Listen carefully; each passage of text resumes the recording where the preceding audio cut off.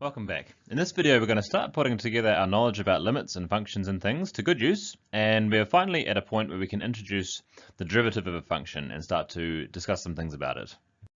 So we can dive straight in with the definition. So our definition, we're going to define it for functions g that are defined on intervals. That's just a convenience for us. So we're going to take a function that's defined on an interval, and the derivative of that function is simply at a particular point c is simply defined by this particular limit. Now this thing is called the difference quotient, and it's like the rise of a run that you're used to from when you've studied calculus before. So this thing is called the difference quotient. Okay, so we're looking as x tends to the point c of the difference of the function values g of x minus g of c, like how divided by x minus c itself. Now you may have learnt this in a different way. You may have learnt it as the limit as h tends to 0 of f of x plus h minus f of x divided by h. Maybe when you did your first calculus course, this might have been how the derivative was introduced. It's exactly the same thing, except we're just characterizing it slightly differently by having our variable be x tending to c rather than the difference from our point x being this h thing. It's exactly the same thing, but we'll stick with what I've written here. Okay, and obviously this is only the derivative if that limit exists, and just the language we use, we say it's differentiable at that particular point, and it's often the case that our function will be differentiable at all the points on the interval that we're interested in, and so we just say that g is differentiable on a in that case. So we can dive straight in with an example. We'll look at f of x equals x to the power of n on the real numbers r.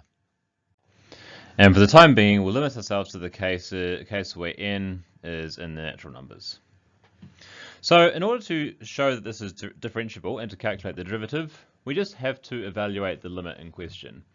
So we'll choose a particular value c in the real numbers, and then we'll see if we can construct this limit. So the derivative f prime of c, if it exists, is equal to the limit as x tends to c of f of x minus f of c over x minus c. And now we'll just substitute in our particular f of x, so it'll be x to the n minus c to the n all over x minus c.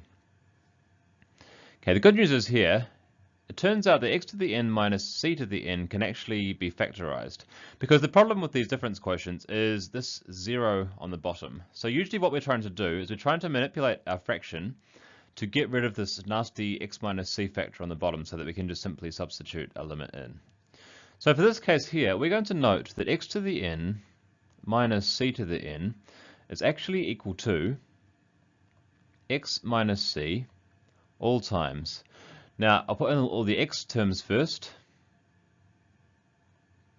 X to the n minus 1 plus c x to the n minus 2 plus c squared x to the n minus 3. Okay, we can continue on, plus c cubed, I guess, x to the n minus 4. And we continue on, decreasing our powers of x and increasing our powers of c until we get plus x, c to the n minus 2, plus c to the n minus 1. Okay, now if you go away and just expand that out, you can see how it works.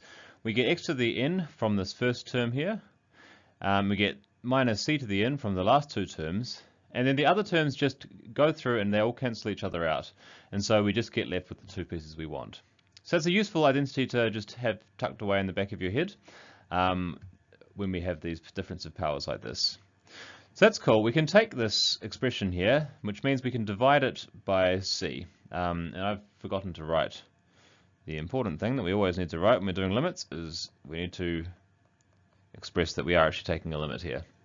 So that equals the limit as x tends to c of x minus c times that big long expression x to the n minus 1 plus c x to the n minus 2, etc., plus c to the n minus 1, all divided by x minus c. And this is what normally happens when we're calculating these quotients, is we can factorize out x minus c, so it will cancel off.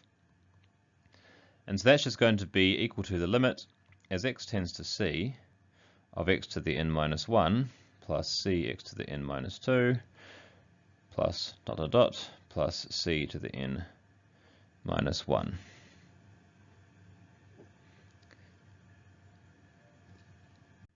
At this point in time, we're able to plug x straight in, so we can substitute our c straight into x. So this first one will be c to the n minus 1, because remember polynomials are continuous, so we can take this limit wherever we like, plus c to the n minus 1 again, because we're going to have n minus 2 of them from the x times the additional c.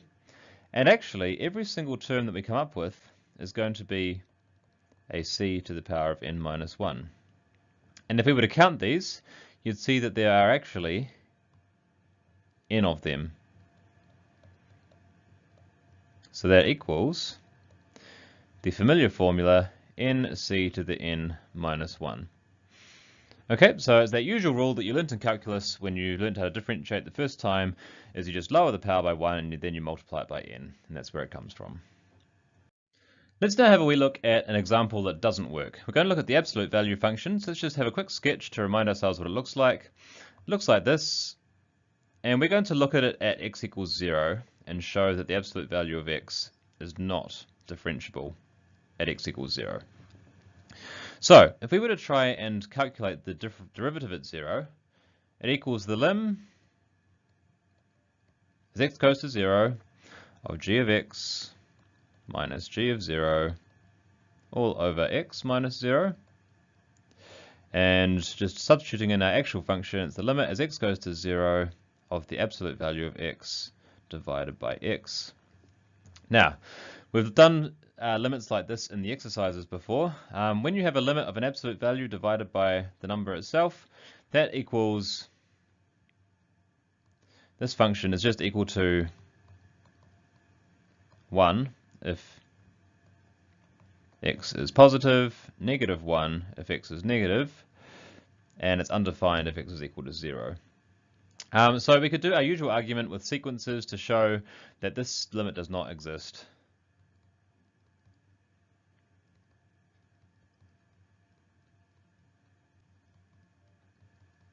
Okay, so if you wanted to do that, you could construct the sequence from the right and one from the left, and you show that this fraction here converges to different values as both of those sequences converge to 0. Okay, so that's what a way that we can show that a function is not differentiable at a point. We can just go through and show that the limit in question doesn't exist. Okay, if a function is differentiable, it has the nice side effect that it's automatically got to be continuous at c as well. So this is our theorem we're going to work on, so we'll prove this real quick. What we want to do is we want to show if g prime of c exists, then it follows that clearly that limit exists of g of x minus g of c all over x minus c. Okay, now to show that g is continuous, we just need to show that this limit here exists. So if we can show that this limit equals 0, i.e. g of x tends to g of c, then g is continuous at c.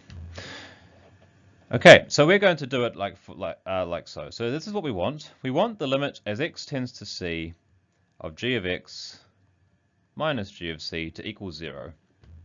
And we want to involve our derivative somehow. So the way we're going to do that is to just divide by and multiply by that value x minus c. So equals the limit as x tends to c of g of x minus g of c all divided by x minus c all times x minus c. Now we know this one, that's g prime of c, and we've been told that g is differentiable at c, so this value exists. And we also know that x minus c is just a polynomial, so that limit is 0. So we can use our algebraic limit theorem now, just to say that equals, put big brackets around it, equals g prime of c times 0 by the algebraic limit theorem, product rule, which equals 0. And hence g of x is continuous at C.